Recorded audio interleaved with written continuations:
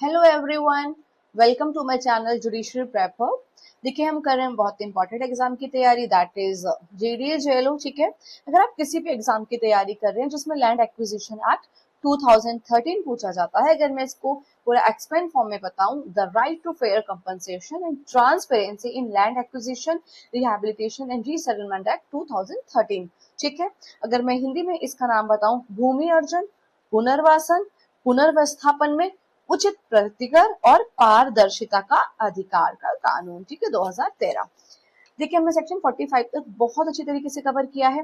जितने भी student first time इस वीडियो को देख रहे हैं, मैं आपको बता देती हूँ, हम हर सेक्शन को पढ़ते हैं और हर सेक्शन के जितने भी इंपॉर्टेंट एमसीक्यूज होते हैं वो सॉल्व करते हैं। ठीक है, हम लॉ को बहुत ही सिंप्लीफाइड तरीके से समझ रहे हैं, कोई भी कॉम्प्लिकेशन नहीं है। ठीक है, और अभी जब हम फर्स्ट टाइम पढ़ रहे हैं तो सारा ठीक है एक्ट पूरा कवर कर रहे हैं, क्योंकि हमें नहीं पता कि हमारा क्वेश्चन कहाँ से आ जाए। ठीक है, तो मैं तो सीरियस हूं ही आपके एग्जाम के लिए, लेकिन आपको भी सीरियस होना पड़ेगा। ठीक है, और हमारा क्या पैटर्न है पढ़ने का, हम अपने साथ हमेशा बैरक लेके बैठते हैं, राइट। फिर हम क्या करते हैं, जो भी हमारे सेक्शंस होते हैं उससे रिलेटेड जितने भी इंपॉर्टेंट कीवर्ड्स होते हैं उसी सेक्शन के सामने लिख लेते हैं, बाद में जाके क्या करते हैं अपना इंडेक्स में लिख लेते हैं, क्योंकि जब एग्जाम हमारा आएगा तो वो बहुत ही ज्यादा यूजफुल रहेगा। ठीक है, अब देखिए हम है सेक्शन 46 पर।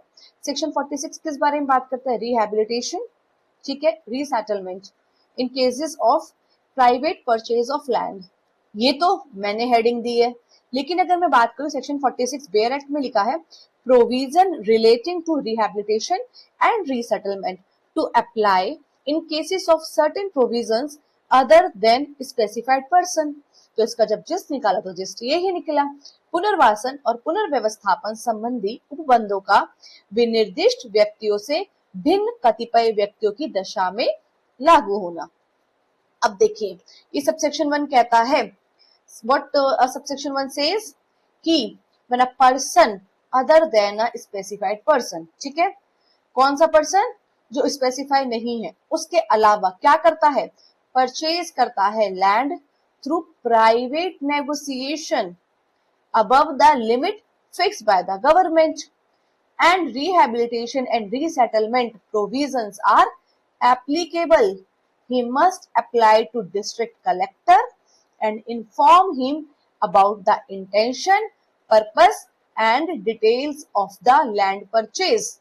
अब एक बात बताओ, इससे रिलेटेड सेक्शन हम पहले कर चुके हैं, बिल्कुल कर चुके हैं। अब देखिए एक जो भी स्टूडेंट मेरी वीडियोस को पहले देख चुके हैं, मैं उनसे क्या कहते हैं, उनके लिए क्वेश्चन है कि आप मुझे ये बताइए कि जो इससे रिलेटेड सेक्शन कौन सा था वो कमेंट बॉक्स में बताइए। अब देखिए ये सेक्शन क्या कहता है, ये सेक्शन कहता है यदि कोई व्यक्ति कौन सा है, जो स्पेसिफाइड नहीं है, ठीक है, स्पेसिफाइड पर्सन को छोड़कर बात की गई है, सरकार द्वारा निर्धारित सीमा से अधिक भूमि निजी समझौते से खरीदता है। वो क्या कर रहा है, वो जो भी सरकार ने लिमिट तय की गई है उससे ज्यादा जमीन को एक्वायर कर रहा है, वो भी प्राइवेट नेगोशिएशन।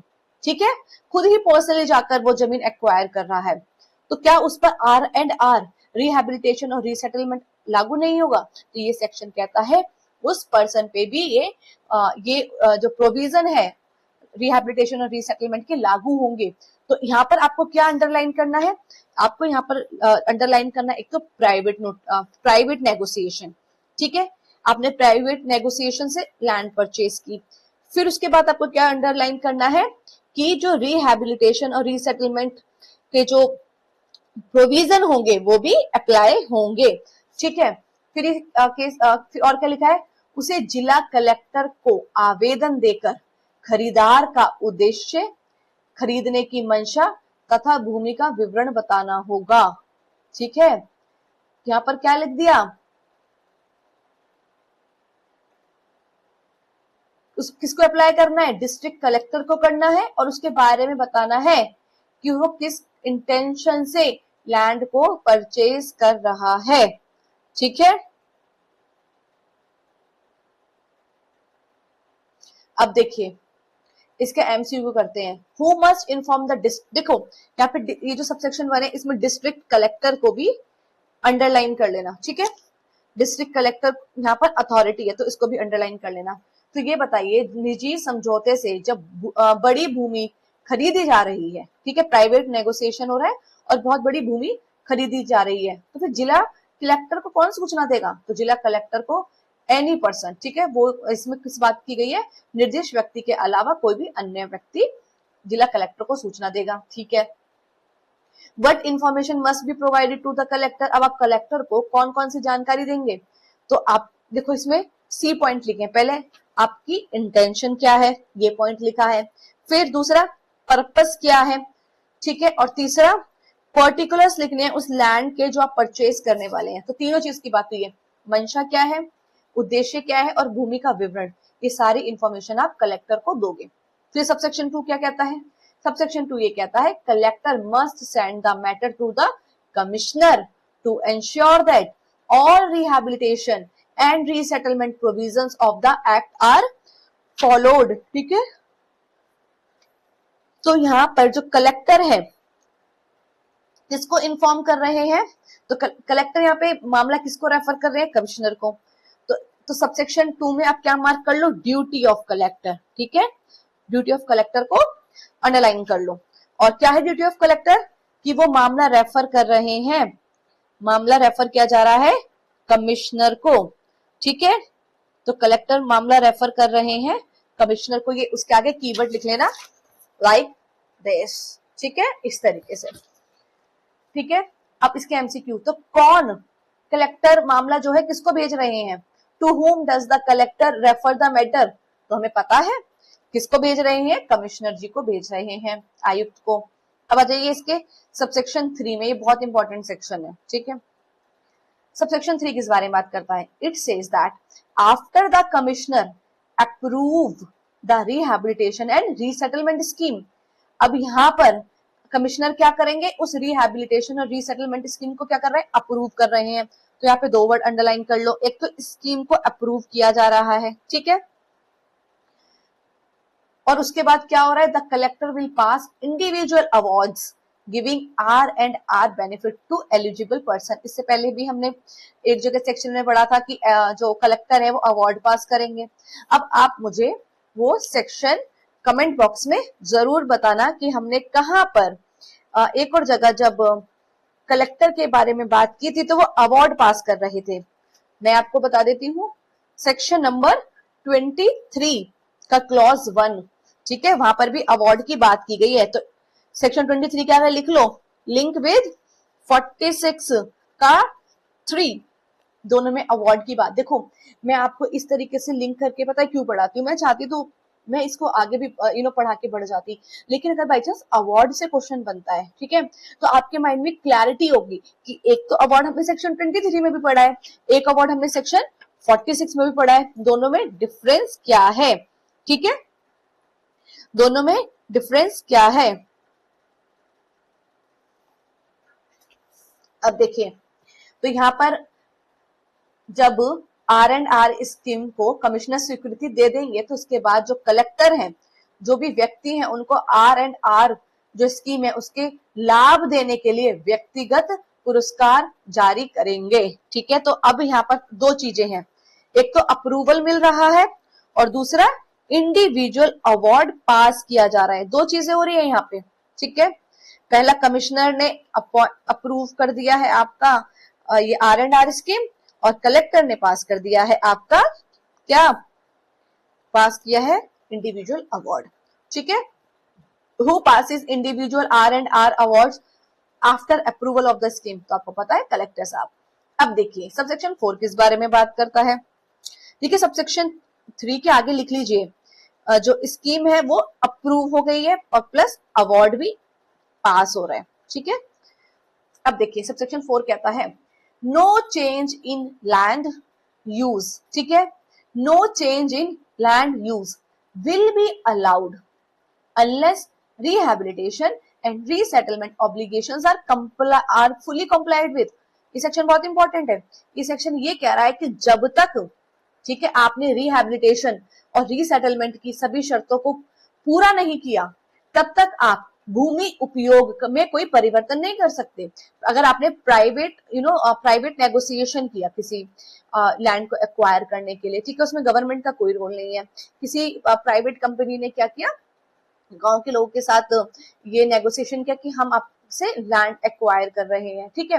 लेकिन ये बात इस सेक्शन में इस सेक्शन में क्लैरिफाई कर दिया गया, बेशक आप लैंड एक्वायर कर रहे हैं, लेकिन जब तक रिहैबिलिटेशन और रीसेटलमेंट स्कीम के जो ऑब्लिगेशन है वो पूरे नहीं हो जाते, जब तक आप जो आपने लैंड को एक्वायर किया है उसमें कोई यूज नहीं कर सकते। जैसे कि आपने अभी लैंड को तो सिर्फ एक्वायर किया है, अभी वो कैसी लैंड है, वो समझ लो वो एग्रीकल्चरल लैंड है, अब आप उसको कमर्शियल लैंड बना रहे हैं, तो आप इस लैंड का जो चेंज है, ठीक है, इस लैंड में जो चेंज है तो वो नहीं कर सकते। अभी उपयोग हो रही है लैंड का यूज, अभी उपयोग हो रहा है एग्रीकल्चरल के लिए, आपने लैंड एक्वायर की है, लेकिन आप तभी इसमें चेंज करिए तब जब तक आप रिहैबिलिटेशन रीसेटलमेंट ऑब्लिगेशन आप पूरी तरीके से क्या है कंप्लाई ना कर ले, उनका पूर्ण पालन नहीं हो जाता, ठीक है। और जबकि ये बात कहां पर हो रही है, प्राइवेट नेगोशिएशन से, ठीक है। आपने प्राइवेट नेगोशिएशन करके क्या है आपने किसी स्पेसिफाइड पर्सन से लैंड को परचेज किया है, ठीक है। आपने क्या किया है, किसी विनिर्दिष्ट व्यक्ति से भिन्न कोई व्यक्ति प्राइवेट बातचीत के माध्यम से क्या कर रहा है, वो किसी क्षेत्र के लिए ऐसी सीमाओं को जो समुचित सरकार द्वारा सुसंगत राज्य के उन निर्दिष्ट कारकों और परिस्थितियों पर विचार करते हुए अधिसूचित की जाए, जिसके लिए इस अधिनियम के अधीन पुनर्वासन और पुनर्व्यवस्थापन खर्च का संदाय किया जाना अपेक्षित है, ठीक है। तो ये आपको याद रखना है। फिर आ जाइए, तो बताओ when can land use be changed, ठीक है। भूमि उपयोग में परिवर्तन कब किया जा सकता है, जब बताइए क्या ना हो जाए, after full compliance of rehabilitation and resettlement provision, जो R&R के प्रावधान है, पुनर्व्यवस्थापन और पुनर्वासन, इसके जो प्रावधान है उनका पूर्ण पालन के बाद, ठीक है। वर्ड आपको याद रखना है, ठीक है। सबसेक्शन 4 में तो आप इसमें क्या अंडरलाइन करेंगे, no land use change, change नहीं करेंगे, ठीक है। अब देखिए सबसेक्शन 5 किस बारे में बात करता है, ये कहता है if a person purchases land without following the rehabilitation and resettlement scheme, such person will be void from the beginning, ठीक है। कॉन्ट्रैक्ट एक्ट में पढ़ा है ना कि कौन से जो आपके अग्रीमेंट्स होते हैं वो वॉइड अब इनिशियो होते हैं, या फिर कोई कौन से वो जो कॉन्ट्रैक्ट्स होते हैं आपके वॉइड एप इनिशियो होते हैं, मतलब कि वो जिस दिन से, मतलब वो शुरुआत से ही वॉइड थे। कुछ कॉन्ट्रैक्ट्स तो होते हैं कि कुछ सिचुएशन के बाद आपके वॉइड होते हैं, कुछ ऐसे होते हैं जो शुरू से ही वॉइड अब इनिशियो होते हैं। जैसे आपने माइनर के साथ कॉन्ट्रैक्ट कर लिया, वो स्टार्टिंग से ही क्या है, वॉइड है, void from the beginning, void एब इनिशियो। तो इसका जो सबसेक्शन 5 ये कह रहा है कि अगर कोई व्यक्ति रिहैबिलिटेशन और रीसेटलमेंट स्कीम का पालन नहीं करता है और भूमि खरीदता है, तो ऐसी जो आपने भूमि खरीदी है वो शुरू से ही अमान्य मानी जाएगी। तो याद रखना, भूमि आप खरीद रहे हैं तो आपकी भूमि स्टार्टिंग से ही अमान्य हो जाएगी अगर आपने R&R स्कीम का पालन नहीं किया तो। ये बहुत इंपॉर्टेंट सबसेक्शन है, ठीक है। ये वॉइड एब इनिशियो, आप इसको मार्क कर लो, ठीक है। और ये क्या कह रहा है कि आपको कंप्लाई करना पड़ेगा, इसमें कंप्लाई वर्ड को आप अंडरलाइन कर लो। R&R स्कीम को क्या है, R&R स्कीम है, उसको क्या करोगे आप, कंप्लाई करोगे, ठीक है। और अगर नहीं कंप्लाई कर रहे हो तो क्या है, तो ये हो जाएगा वॉइड, ठीक है। इफ नॉट कंप्लाई, वॉइड एब इनिशियो, ठीक है। आप भी नोट्स बनाते हुए चलना, ठीक है।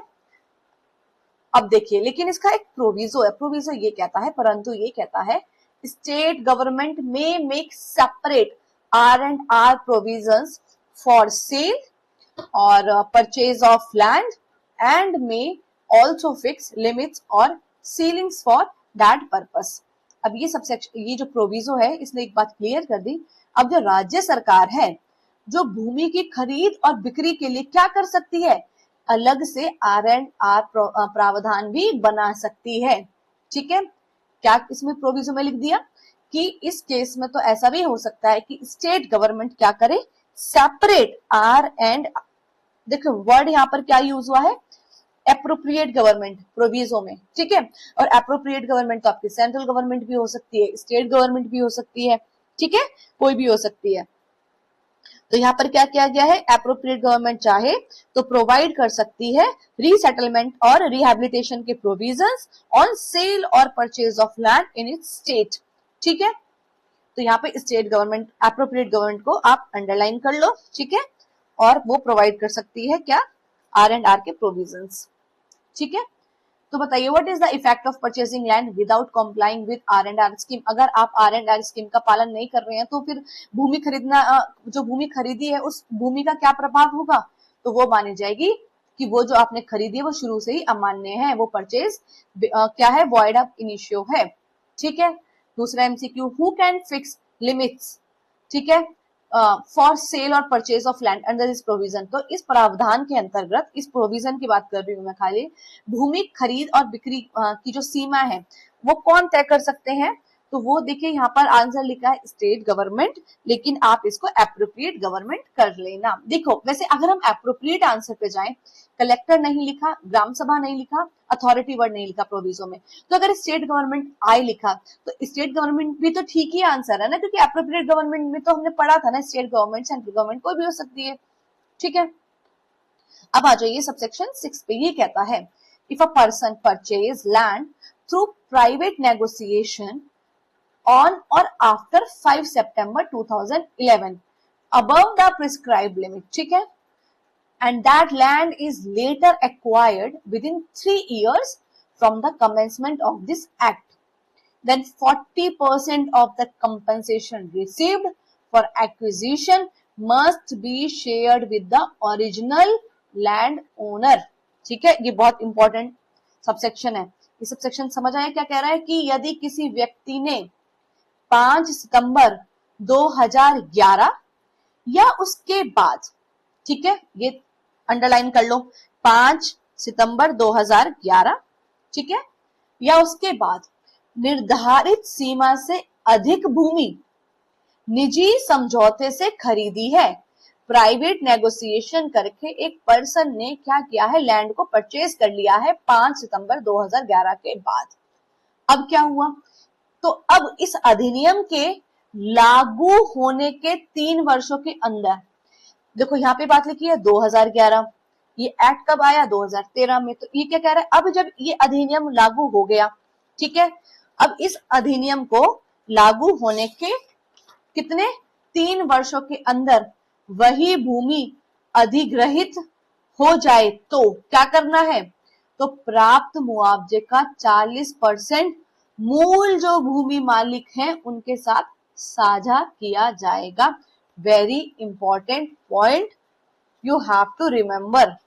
ठीक है, इसे गलती से भी भूलने की कोशिश मत करना, मुझे ऐसा लग रहा है कि यहाँ से MCQ बन सकता है।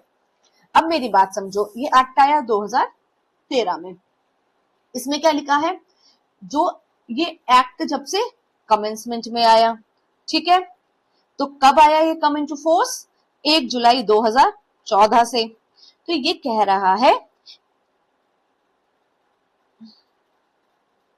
सॉरी 1 जनवरी 2014 से। ठीक है, देखिए इसलिए मैं हमेशा अपने पास बेयर एक्ट लेके बैठती हूँ, वैसे मैंने बाय मिस्टेक जनवरी को जुलाई पढ़ दिया था, इसमें लिखा 1 जनवरी 2014 ही है।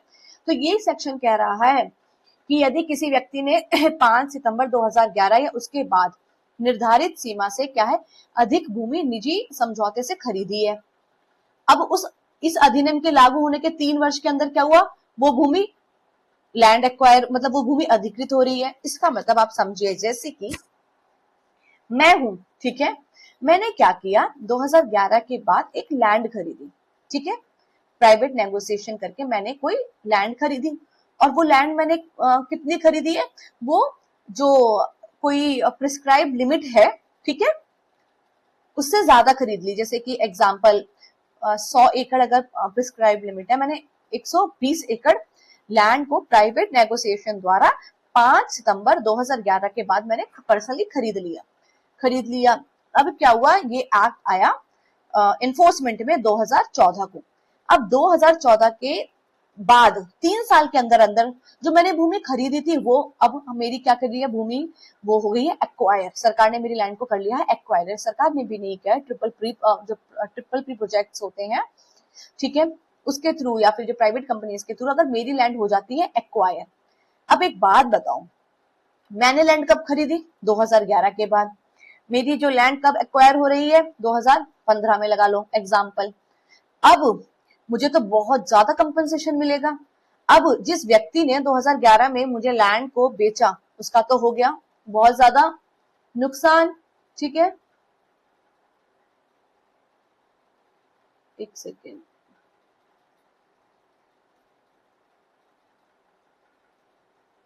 ठीक है,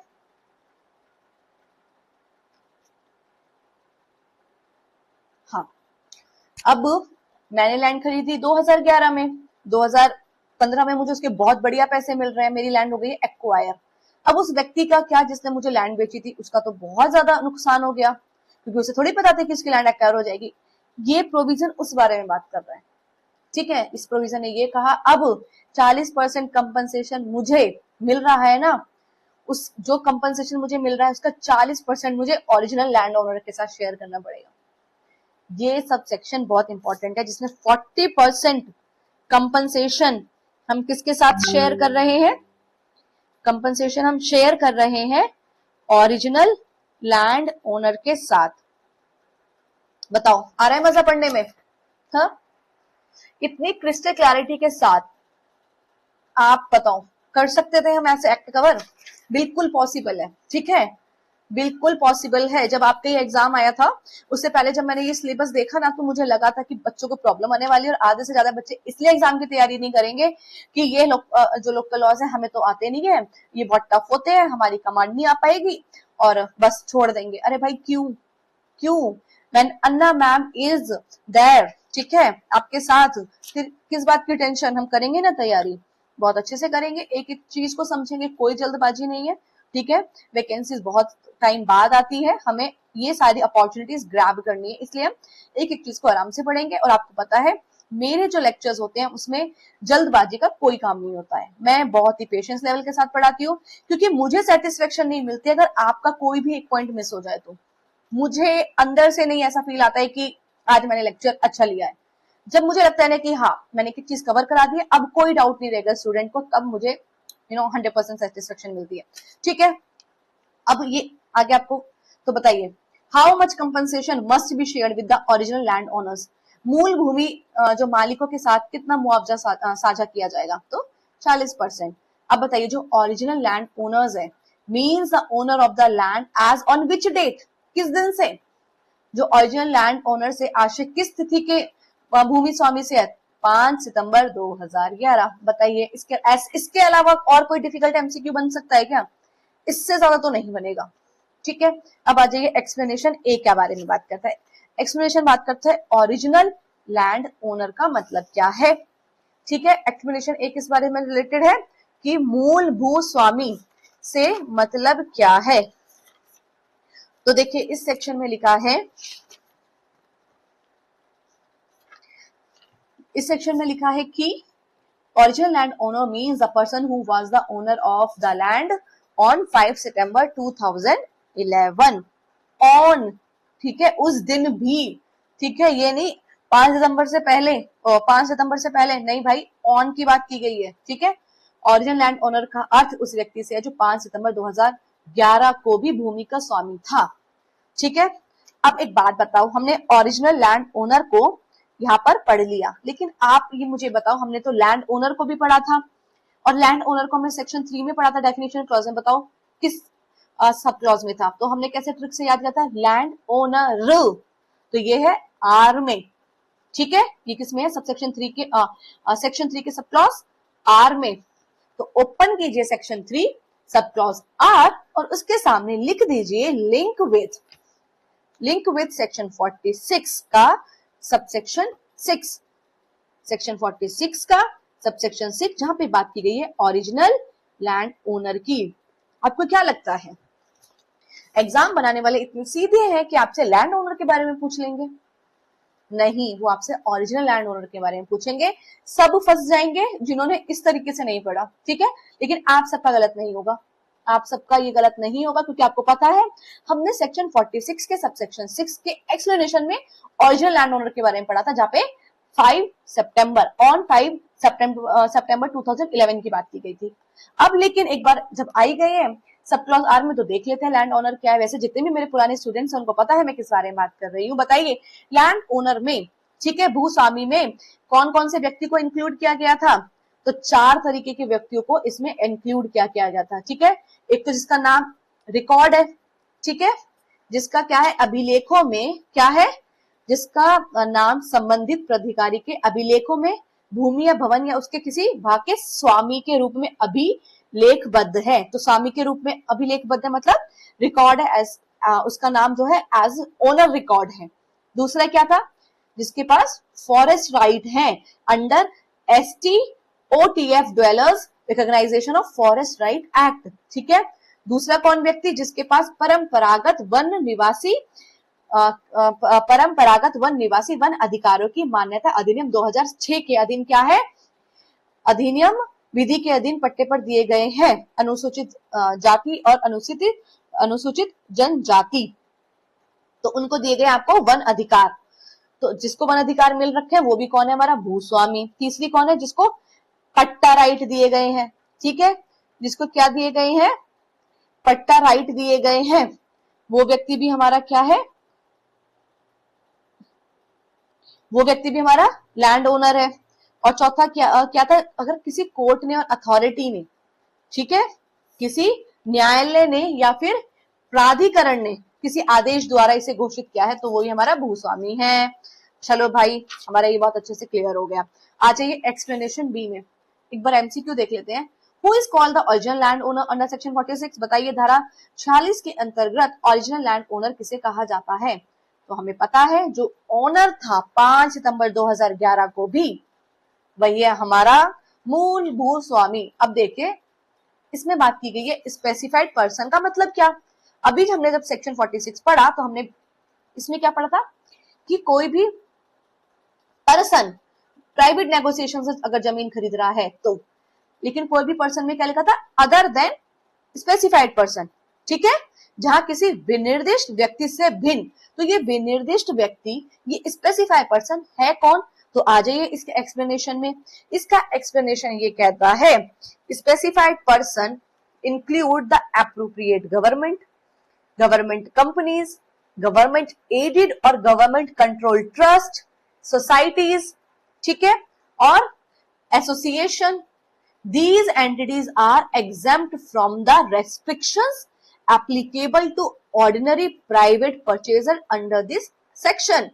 इस सेक्शन ने कहा स्पेसिफाइड पर्सन का मतलब होगा एप्रोप्रिएट गवर्नमेंट कंपनी तथा राज्य सरकार द्वारा सहायता प्राप्त या राज्य सरकार द्वारा नियंत्रित अगर कोई ट्रस्ट, सोसाइटी और एसोसिएशन है, हम इन सबको बोलेंगे ये विनिर्दिष्ट व्यक्ति है, स्पेसिफाइड पर्सन है।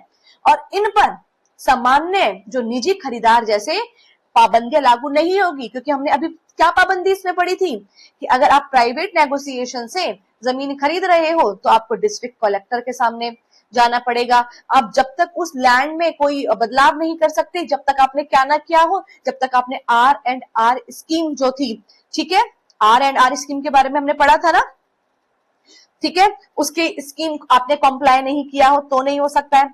इसमें R&R स्कीम को कमिश्नर से अप्रूव कराना इंपॉर्टेंट था। और सबसे इंपॉर्टेंट बात हमने क्या पढ़ी थी कि आप जो ओरिजिनल लैंड ओनर है उसको 40% का मुआवजा शेयर करेंगे, ठीक है। ये सारी बातें जब आप प्राइवेट पर्सन हो और लैंड परचेज कर रहे हो तो आप पर लगेगी, लेकिन जैसे ही ये लैंड एक्वायर करी है किसी एप्रोप्रिएट गवर्नमेंट ने, इनमें से कोई भी प्रोविजन लागू नहीं होंगे, ठीक है। I hope you are getting my point, ठीक है। इतनी मेहनत से आपको समझा रही हूं, अगर आपको अभी भी नहीं समझ आ रहा है तो इसका मतलब कहीं ना कहीं तो दिक्कत है ही, ठीक है। पेन लेके बैठो, नोट्स बनाओ, सब समझ में आएगा। अब देखिए विच ऑफ द, आपने अंडरलाइन कर लिया ना ओरिजिनल लैंड ओनर में, तो आप अंडरलाइन कर लेना 5 सितंबर 2011, और स्पेसिफाइड पर्सन में आप अंडरलाइन कर लेना एप्रोप्रिएट गवर्नमेंट, समुचित सरकार, गवर्नमेंट कंपनी, सरकारी कंपनी, और वो सोसाइटीज जो रजिस्ट्रेशन अधिनियम 1860 के तहत क्या हुई है, रजिस्टर्ड हुई हैं, या फिर उनको पार्शियली ऐड किया जाता है या होली ऐड किया जाता है एप्रोप्रिएट गवर्नमेंट द्वारा। अच्छा बताइए which of the following is specified person? इनमें से कौन सा स्पेसिफाइड पर्सन है? तो प्राइवेट इंडिविजुअल को स्पेसिफाइड बोला है आपने? नहीं, आपने गवर्नमेंट कंपनी को बोला है स्पेसिफाइड पर्सन। ठीक है, निर्दिष्ट पर्सन आपने ये सरकारी कंपनी को बोला है। ये देखो, आपको भी यहाँ से ना ऐसे घुमाएंगे, प्राइवेट पार्टनरशिप फर्म। जब एक बार उसमें प्राइवेट वर्ड आपको नजर आ जाए ना, तो आप समझ लेना कि वो तो स्पेसिफाइड पर्सन होगा नहीं, क्योंकि गवर्नमेंट कभी भी प्राइवेट पर्सन को तो कोई लाभ देगी ही नहीं। हाँ, अगर कोई पार्शियली और होली अगर गवर्नमेंट ने किसी की सहायता की और वो कंट्रोल कर रही है किसी अथॉरिटी को, तब एक बात अलग है, वरना प्राइवेट पार्टनरशिप फर्म, ये जो प्राइवेट डेवलपर होते हैं, इनको कभी भी गवर्नमेंट कोई फायदा नहीं देगी। दूसरा MCQ, specified person do not include which of the following, इसमें से निर्दिष्ट व्यक्तियों में किसको शामिल नहीं किया गया है? एप्रोप्रिएट गवर्नमेंट को। नहीं, ये तो शामिल है, गवर्नमेंट कंपनी भी शामिल है। तो प्राइवेट इंडिविजुअल परचेजर, इसको स्पेसिफाइड पर्सन में नहीं इंक्लूड किया गया। क्यों? क्योंकि जो प्राइवेट, जो निजी व्यक्ति खरीदार है, इस पर तो 40% के मुआवजे वाली बात भी लिखी गई है, इसी के ऊपर तो अप्लाई हो रहा है सब कुछ पॉइंट। तो देखिए, तो अगर मैं बात करूं, अगर वन लाइन में मैं आपको बताऊं कि बताइए सेक्शन 46 क्या है, तो ये एक प्राइवेट परचेजर है जो लैंड को खरीद रहा है, और उसमें बात की गई है कि उसके ऊपर रीसेटलमेंट और रिहेबिलिटेशन के जो प्रोविजंस हैं वो उसका पालन करना जरूरी है। और अगर उसने इसके स्कीम का पालन नहीं किया तो उसकी जो खरीदारी है उसको हम वॉइड अब इनिशियो मानेंगे, शुरुआत से ही अमान्य मानेंगे। ठीक है, ऐसे व्यक्ति की। और इसमें बात की गई है 5 सितंबर 2011 से पहले, ठीक है, अगर किसी ने जो है उस दिन मतलब अगर कोई व्यक्ति लैंड ओनर है तो उसके साथ में उसको 40% अपना जो मुआवजा शेयर करना पड़ेगा, अगर 2014 के बाद और 3 साल के अंदर अंदर अगर उसकी लैंड को अधिग्रहित कर लिया जाता है, उसकी लैंड को एक्वायर कर लिया जाता है। तो हमने क्या कर रहा है, पूरा ये जो चैप्टर है, चैप्टर 6 कंप्लीट कर लिया है। ठीक है, इसका एक सेक्शन है सेक्शन 47, लेकिन ये चैप्टर 7 में नहीं है। एक्चुअली चैप्टर 7 हमारा सेक्शन 48 से स्टार्ट होता है।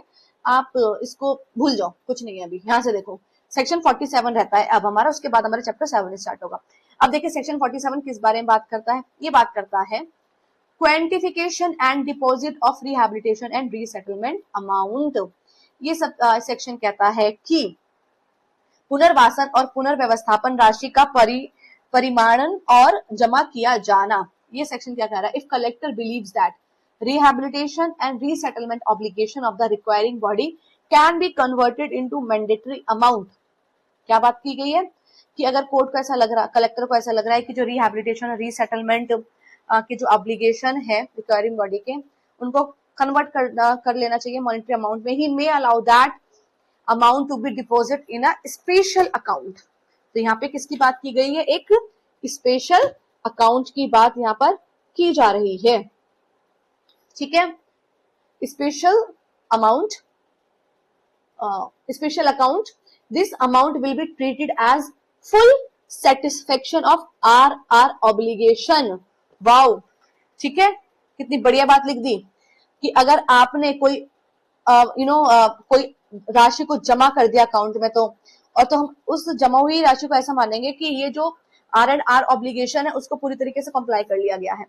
This account will be administered by administrator appointed under section 43 under the supervision of the collector। अब देखिए सेक्शन 47 ने क्या बात की, ये कहा कि यदि कलेक्टर को लग रहा है रिक्वायरिंग बॉडी की रिहैबिलिटेशन और रीसेटलमेंट संबंधी जो भी जिम्मेदारियां हैं, ठीक है, क्या है, जो कलेक्टर को लग रहा है कि जो रिक्वायरिंग बॉडी की रिहैबिलिटेशन और रीसेटलमेंट संबंधी जिम्मेदारियों को अगर धनराशि में बदला जा सकता है तो वह उस राशि को एक खाते में जमा कराने की अनुमति दे सकता है। यह राशि R&R दायित्वों की पूर्ण पूर्ति मानी जाएगी। इस खाते का संचालन धारा 43 के अंतर्गत नियुक्त जो प्रशासक अधिकारी होगा वो करेगा और उस पर कलेक्टर का पर्यवेक्षण रहेगा। कितना इंपॉर्टेंट है ये सेक्शन। ठीक है, ये सेक्शन ऐसा है जो बोल रहा है कि अगर आपने रिहैबिलिटेशन और रीसेटलमेंट का अमाउंट भी अगर आप सबमिट कर देते हैं, डिपॉजिट कर देते हैं, लेकिन किसको अथॉरिटी दी है, अगर कलेक्टर को लगता है तो कलेक्टर वर्ड अंडरलाइन करो, क्या लग रहा है कि जो रिक्वायरिंग बॉडी है, ठीक है, इसको वर्ड को अंडरलाइन करो, कि जो रिहेबिलिटेशन और रिसेटलमेंट की जो जिम्मेदारी उसको दी गई है उसको धनराशि में बदला जा सकता है। तो आप एक चीज यहाँ पे जो आप इसका कीवर्ड लिखेंगे ताकि आपको आगे याद रहे, आप ऐसे लिखिए आर एंड आर, ठीक है, आर एंड आर जो हमारी रिहेबिलिटेशन एंड रिसेटलमेंट का क्या है,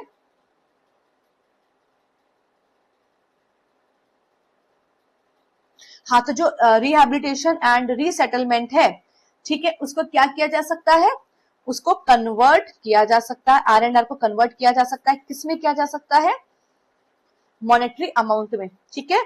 तो आप इसको इस तरीके से लिख लेना, ठीक है, क्योंकि जब हम रिवीजन करेंगे तो पता होना चाहिए, ठीक है। दिख रहा है ना आपको, R and R scheme convert into monetary amount, ठीक है। अब दो चीजें याद रखनी है, कलेक्टर सेटिस्फाई है ऐसा कराने के लिए मान रहे हैं, दूसरी एडमिनिस्ट्रेटर, ठीक है, एडमिनिस्ट्रेटर इसको एडमिनिस्टर कर रहे हैं, लेकिन सुपरविजन कलेक्टर का है। ऑब्वियसली जब कलेक्टर ने ही अनुमति दी तो कलेक्टर तो सुपरविजन करेंगे। अब देखो यहाँ पर बात की गई सेक्शन 43 वाले एडमिनिस्ट्रेटर की, लेकिन आप मुझे एक बात बताओ, हमने तो एडमिनिस्ट्रेटर को डेफिनेशन जो क्लॉज था उसमें भी पढ़ा था या नहीं पढ़ा था, बिल्कुल पढ़ा था। अब बताइए वो एडमिनिस्ट्रेटर कहाँ था, तो सेक्शन 3 के क्लॉज ए में ही था एडमिनिस्ट्रेटर हमारा, ठीक है, इसके साथ। और जो हमने एडमिनिस्ट्रेटर पढ़ा है ना, इसके साथ ना लिंक विद कर लो, क्योंकि सेक्शन 43 तो हमें याद हो गया, लेकिन एक जगह हमने एडमिनिस्ट्रेटर की बात की थी जो बहुत इंपॉर्टेंट था, वो हम लिख लेंगे सेक्शन 47 में। और भी जगह बात हुई है एडमिनिस्ट्रेटर की, ऐसा नहीं है सिर्फ सेक्शन 47 में हुई है, 43 में भी हुई है, उसके बाद एक दो जगह और हुई है, लेकिन इंपॉर्टेंट है, ठीक है। अब आ जाइए एमसीक्यू पर, who can decide that R and R obligation may be converted into monetary amount? बताइए R and R दायित्वों को धनराशि में बदलने का निर्णय कौन कर सकता है, तो कलेक्टर साहब कर सकते हैं, ठीक है। अब बताइए who administers the account in which the R and R amount is deposit? जिस खाते में R and R धनराशि जो है जमा की जाती है उसका संचालन कौन करता है, उसको एडमिनिस्टर कौन करता है, तो हमें पता है एडमिनिस्ट्रेटर करता है, जिसको अपॉइंट किया जा रहा है सेक्शन 43 के तहत, ठीक है। प्रशासक जिसकी नियुक्ति धारा 43 के अंतर्गत की जाती है। अब हमारा जो सेक्शन 48 है, अभी हमारा जो चैप्टर 7 स्टार्ट यहाँ से होता है, ठीक है। देखिए चैप्टर जो 7 है इसको कंप्लीट कर लेते हैं, क्योंकि इसमें सिर्फ 3 ही सेक्शन है, सेक्शन 48, 49 और 50, ठीक है। और फिर हमारा half of the bare act almost complete हो जाएगा, ठीक है। अब देखिए सेक्शन 48 कहता है establishment of national monitoring committee. अब ये इस्टेब्लिश कर रहे हैं राष्ट्रीय पुनर्वासन और पुनर्व्यवस्थापन मॉनिटरी समिति की स्थापना इस सेक्शन के अंतर्गत की जा रही है। देखिए ये सब सेक्शन कह रहा है whenever necessary the central government, जैसी नेशनल लेवल कमेटी आ रही है तो बताओ नेशनल लेवल कमेटी है तो यहाँ पर बात किसकी की जाएगी, सेंट्रल गवर्नमेंट। तो ये कह रहा है whenever necessary the central government may establish a national monitoring committee for national और inter state projects to review and monitor the implementation of rehabilitation and resettlement scheme under this act, ठीक है। तो section 41 के तहत क्या हो रहा है, आवश्यकता होने पर केंद्र सरकार राष्ट्रीय या अंतर राज्यीय परियोजनाओं के लिए रीसेटलमेंट और रिहेबिलिटेशन योजनाओं की समीक्षा एवं निगरानी हेतु क्या बना रही है, नेशनल मॉनिटरिंग कमेटी। तो दो वर्ड याद रखना, सेंट्रल गवर्नमेंट बना रही है और क्या बनाइए, एनएमसी, एनएमसी, ठीक है, एनएमसी बाय सेंट्रल गवर्नमेंट। और कौन से प्रोजेक्ट के लिए, जो नेशनल या फिर इंटर स्टेट प्रोजेक्ट्स है उसके लिए, ठीक है। लेकिन ये एनएमसी किससे रिलेटेड है, किससे रिलेटेड है, आर एंड आर की जो स्कीम है उससे रिलेटेड है कि भाई इंप्लीमेंटेशन उसका हो रहा है या नहीं हो रहा है। अब देखिए who constitute NMP, who constitute NMC, ठीक है। एक तो होता है एमएनसी, ठीक है, मल्टीनेशनल कंपनी, तो थोड़ा सा उसको इधर उधर कर दो, एनएमसी कर दो। एनएमसी क्या है, हमारी नेशनल मॉनिटरी कमेटी है, सेंट्रल गवर्नमेंट बना रही है, R and R scheme plan है वो इंप्लीमेंट हो रहे हैं या नहीं हो रहे इसके लिए, ठीक है। तो बताइए कौन बना रही है, केंद्र सरकार बना रही है हमारी। जो नेशनल मॉनिटरी कमेटी है उनको किन परियोजनाओं के लिए गठित किया जा सकता है, तो किन परियोजना के लिए गठित किया जा रही है, हमने दो पढ़ी थी, या तो राष्ट्रीय या फिर अंतरराज्यीय परियोजनाओं के लिए, नेशनल या फिर इंटरनेशनल परियोजनाओं के लिए। बिल्कुल सही बात है। आ जाइए सबसेक्शन 2 पर। ये सबसेक्शन 2 कहता है apart from representative of ministers and departments of central and state government, the committee may also include eminent experts from relevant field.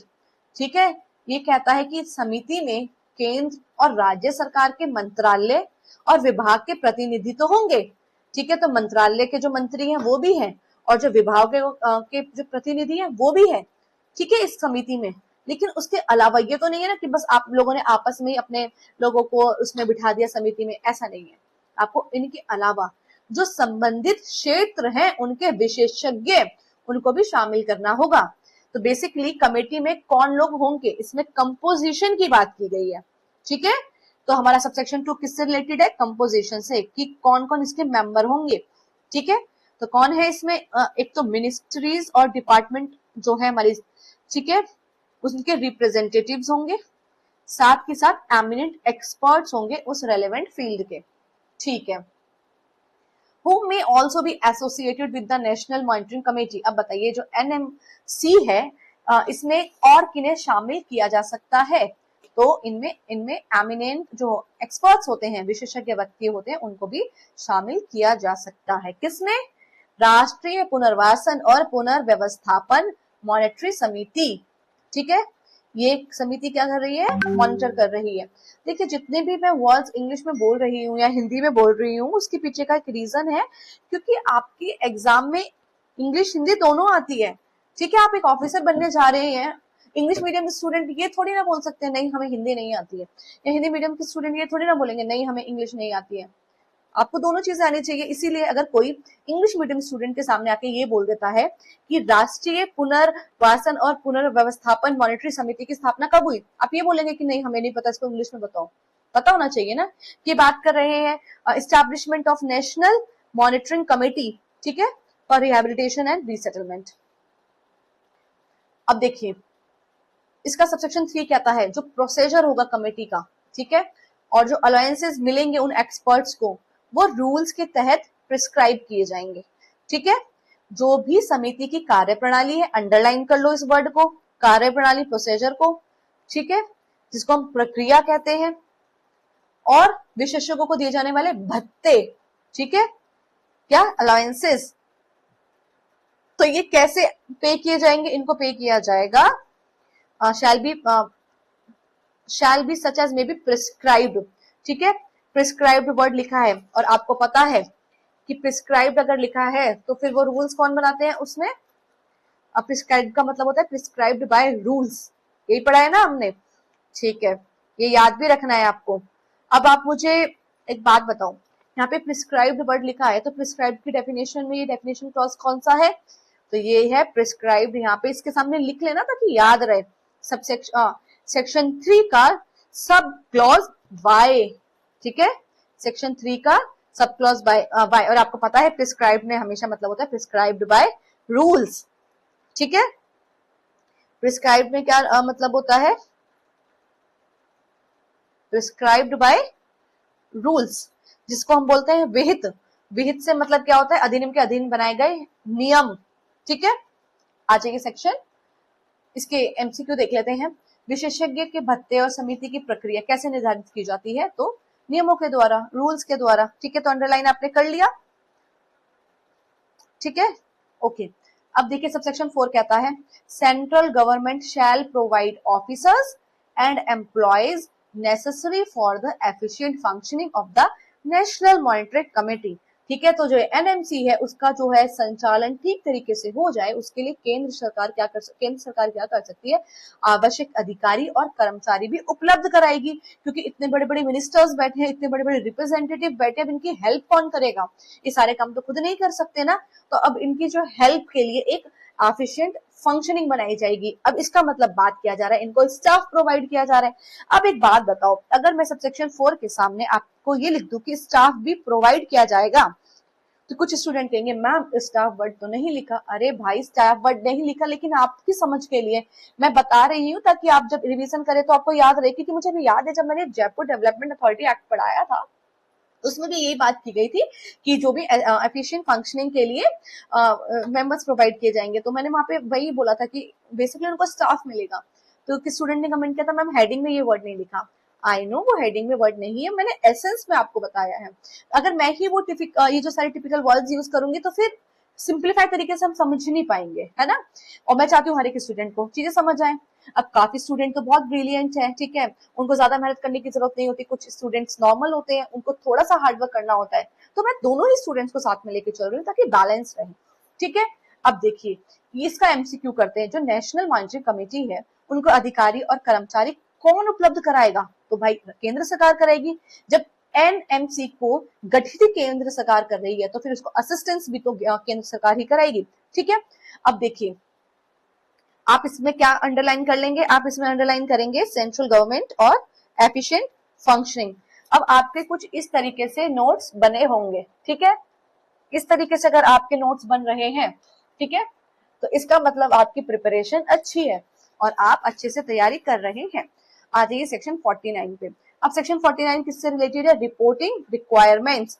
अब जो रिपोर्ट करने की अपेक्षाएं, ये सेक्शन कहता है जो states and union territories must regularly and timely provide all relevant information under this act to the national monitoring committee and also whenever demanded.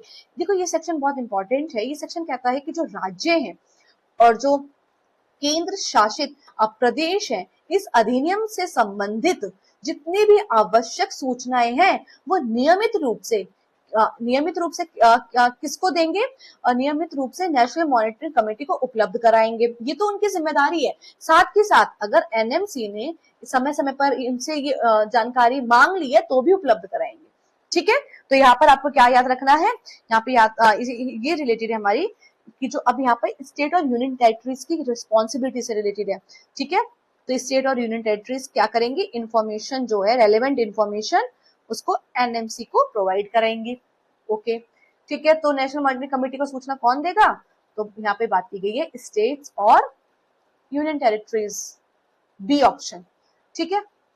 Information आप किस द्वारा प्रदान की जानी चाहिए? तो देखिए अगर आप देखेंगे तो इसमें लिखा है रेगुलरली एंड टाइमली मैनर, ठीक है। रेगुलरली एंड टाइमली मैनर सी लिखा है इसमें, नियमित और समय पर। अब यहाँ पर आपको ना कंफ्यूज करने के लिए ऑप्शन आएगा 1 ईयर या 2 ईयर। आपको याद रखना है जब एनएमसी को, ठीक है, नेशनल मॉनिटरिंग कमेटी को राष्ट्रीय पुनर्वासन और पुनर्व्यवस्थापन की जो मॉनिटरी समिति है, राष्ट्रीय मॉनिटरी समिति, ठीक है, ये क्या कर रही है? जब इसको आप इंफॉर्मेशन प्रोवाइड कर रहे हैं तो वो नियमित और समय पर दी जानी चाहिए। ये बात लिखी गई, कोई टाइम ड्यूरेशन इसमें नहीं दिया है। अब आ जाइए सेक्शन 50 पे, स्टेट मॉनिटरिंग कमेटी। सेक्शन 1 कहता है इसका, सबसेक्शन 1 क्या कहता है? एवरी स्टेट गवर्नमेंट, क्या वर्ड यूज हुआ है यहाँ पे? अब स्टेट गवर्नमेंट, ठीक है, क्या करेगी? वो कॉन्स्टिट्यूट करेगी स्टेट मॉनिटरिंग कमेटी। किस लिए? रिव्यू करने के लिए और मॉनिटर करने के लिए कि इम्प्लीमेंटेशन किया जा रहा है रिहैबिलिटेशन एंड रीसेटलमेंट स्कीम को। जब आपने चैप्टर 7 पढ़ा तो उसमें चैप्टर 7 में बड़ी बड़ी हेडिंग लिखी ही थी, एनएमसी, ठीक है, national monitoring committee for rehabilitation resettlement. लेकिन अब इसमें सेक्शन 50 में बोला गया एक स्टेट लेवल पर भी जो है स्टेट गवर्नमेंट कमेटी बनाएगी, उसको हम बोलेंगे एसएमसी, ठीक है। वो क्या होगी? एसएमसी। और वो भी क्या काम कर रही है? वो भी ये कर रही है कि जो हमारी पुनर्वासन है, पुनर्व्यवस्थापन की जो परियोजनाएं हैं, जो उसकी स्कीम्स पॉलिसीज हैं, उसका सही रूप से जो है क्रियान्वयन हो रहा है, ठीक है, तो उसका जो है इम्प्लीमेंटेशन हो रहा है, उसको देखने के लिए तो राज्य सरकार इन योजनाओं की समीक्षा के लिए और निगरानी के लिए एसएमसी को गठित करेगी, ठीक है। तो स्टेट मॉनिटरिंग कमेटी कौन बना रहा है? स्टेट गवर्नमेंट बना रही है। क्वेश्चन ऐसे आ जाएगा, स्टेट गवर्नमेंट कमेटी कौन बनाएगी? और उसमें लिखा आ जाएगा सेंट्रल गवर्नमेंट। याद रखना वो स्टेट इंटर स्टेट प्रोजेक्ट्स के लिए थी जो हमने नेशनल मॉनिटरिंग कमेटी पढ़ी थी, ठीक है। अब इसका सबसेक्शन 2 देख लीजिए। तो क्या वर्ड अंडरलाइन कर रहे हैं आप सबसेक्शन 1 में? एक तो स्टेट गवर्नमेंट और एक क्या अंडरलाइन करेंगे आप? एसएमसी। किस लिए? रिव्यू करने के लिए और मॉनिटर करने के लिए, ठीक है। अब देखिए इसका सबसेक्शन, इसका एमसीक्यू देख लो। स्टेट मॉनिटरिंग कमेटी में किन्हें शामिल किया जाता है? तो स्टेट मॉनिटरिंग कमेटी में किसको शामिल किया जा सकता है? हमें अब पढ़ना है सबसेक्शन 2। तो देखिए besides representative of state government और डिपार्टमेंट, वही बात, जो बात हमने अभी एनएमसी में पढ़ी थी वही बात लिखी है सेम यहाँ पे, कि जो राज्य सरकार के विभाग के जो प्रतिनिधि हैं, ठीक है, उनके अलावा क्या होंगे, संबंधित क्षेत्र के जो विशेषज्ञ हैं उनको भी समिति में शामिल किया जाएगा। तो यहाँ पे भी एमिनेंट जो एक्सपर्ट्स हैं उनको आप अंडरलाइन कर लो, ठीक है, जैसे हम ऑलरेडी कर रहे हैं। तो यहाँ पर भी कौन होंगे, यहाँ पर भी हमारे एमिनेंट एक्सपर्ट्स जो हैं इस कमेटी में होंगे, ठीक है। तो स्टेट मॉनिटरिंग कमेटी में किन्हें शामिल किया जा सकता है, तो एमिनेंट एक्सपर्ट्स को, विशेषज्ञ व्यक्ति को, ठीक है। आ जाइए सबसेक्शन 3 पे। सबसेक्शन 3 क्या कहता है, इट सेज दैट प्रोसीजर जो होगा स्टेट मॉनिटरिंग कमेटी का, ठीक है, कि क्या प्रक्रिया रहेगी, ठीक है, क्या प्रोसीजर रहेगा, और ये जो भत्ते हैं एक्सपर्ट्स को कैसे दिए जाएंगे, अलाउंसेस उनको प्रिस्क्राइब किया जाएगा by state.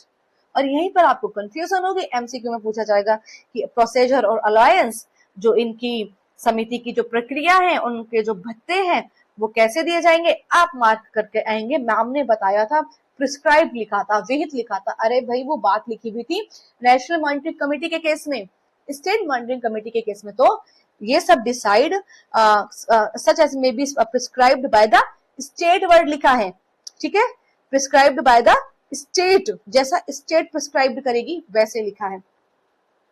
Who prescribe the procedure of the state monitoring committee, देखिए वही क्वेश्चन बन गया, तो स्टेट गवर्नमेंट, ठीक है। तो यहाँ पर आप मार्क कर लेना, प्रोसीजर और अलाउंसेस की बात की गई है, ठीक है। अब आ जाते हैं इसके सबसेक्शन 4 पे। ये कहता है state government shell provide necessary officers and employees for efficient functioning. वही भाई यहाँ पे भी स्टाफ की बात कर दी गई है, स्टेट गवर्नमेंट इनको एफिशिएंट फंक्शनिंग के लिए क्या करेगी, ऑफिसर्स और एम्प्लॉयज को प्रोवाइड कराएगी, ओके।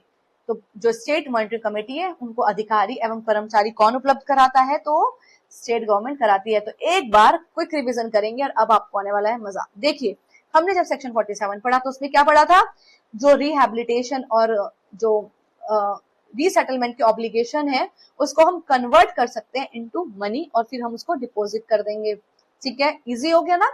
R&R दायित्व को धनराशि में बदलकर खाते में जमा किया जा सकता है, कौन करेगा, कलेक्टर साहब करेंगे, ठीक है।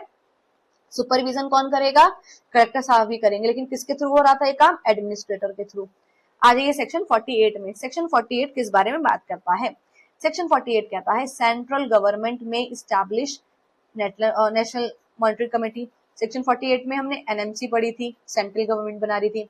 सेक्शन 49 में हमने स्टेट और यूनियन टेरिटरीज की जो है ड्यूटीज पढ़ी थी कि वो उनको इंफॉर्मेशन प्रोवाइड करनी होगी एनएमसी को, बिल्कुल सही बात है। और सेक्शन 15 में हमने पढ़ा था राज्य सरकार जो है एसएमसी को बनाएगी, ठीक है, ओके। अब आप देखिए हमारा चैप्टर 8 है, ठीक है, जो कि सेक्शन 51 से स्टार्ट होता है और ये चैप्टर है सेक्शन 51 से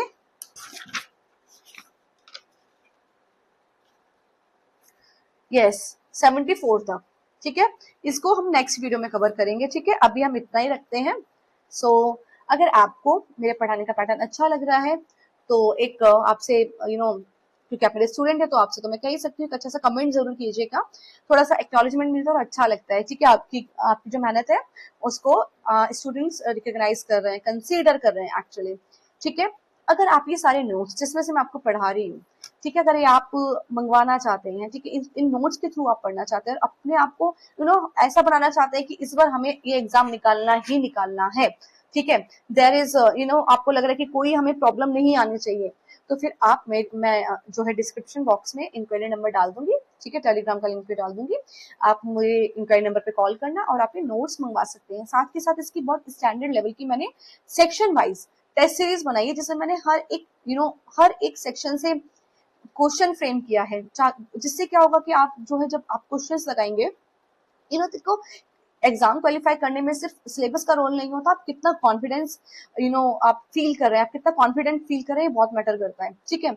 इसलिए मैंने बहुत ही स्टैंडर्ड लेवल के आपके लिए एमसीक्यूज प्रिपेयर करे हैं। आप पहले नोट्स में पढ़ना, ठीक है, ये जो नोट्स है इनको मैं आपको सेंड कर दूंगी, इसका आप फोटोस्टेट वगैरह जो भी आप करा लेना।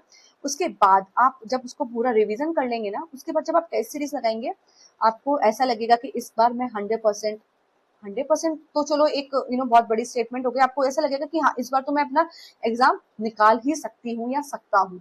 ठीक है, इसीलिए क्योंकि स्टूडेंट्स की डिमांड थी मैम अपने नोट्स अवेलेबल करा दीजिए, और ऐसा हमने कभी पढ़ा नहीं है कोई इस अप्रोच से पढ़ाए।